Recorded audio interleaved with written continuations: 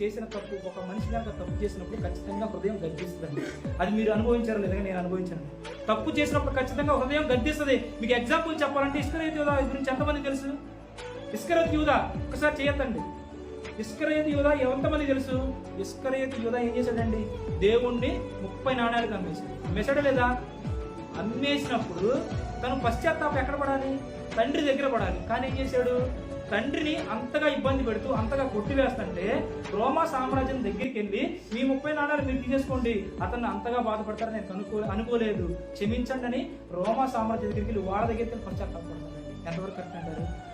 దేవుడి దగ్గర పశ్చాత్తాపడాల్సిన వాడు రోమా సామ్రాజ్యం దగ్గరికి వెళ్ళి పశ్చాత్తాపడినప్పుడు సాతాను తనను పట్టుకుంది, సాతాను గద్దిస్తుంది. నువ్వు ఉత్తముడిని పట్టించావు అని అతను వెళ్ళిన ప్రతి చోటకి గద్దించింది.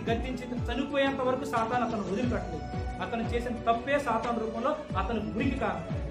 దేవుడిని విసర్జించడం వల్ల కదా అది. అంటే మనం చేసిన తప్పు మనం గద్దిస్తుందని గుర్తుపెట్టుకోవాలి. ఆ తప్పు మనం చేసే వారముగా ఉండదు. ఆ తప్పు చేయాలంటే నీకు వణుకు పుట్టాలి. ఆ వణుకు పుట్టాలంటే దేవుడిని నువ్వు గుర్తెరగాలి. నేను ఈ తప్పు చేస్తే దేవుడు నన్ను వదిలిపెట్టడు. నేను సమాధానం ఎక్కడ చెప్పాల్సిన అవసరం లేదు. అక్కడ న్యాయపీఠం రోజు ఒకరోజు నేను నిలబడతాను, ఆ తండ్రికి నేను సమాధానం చెప్పాలి అని గుర్తుపెట్టుకొని మనం తప్పు చేసేవారు. మొట్టమొదటిగా మనం దేవుని యందు భయభక్తులు కలిగి జీవించాలి. ఇంకా దేవుణ్ణి అస్సలు విసర్జించాలి. దేవుణ్ణి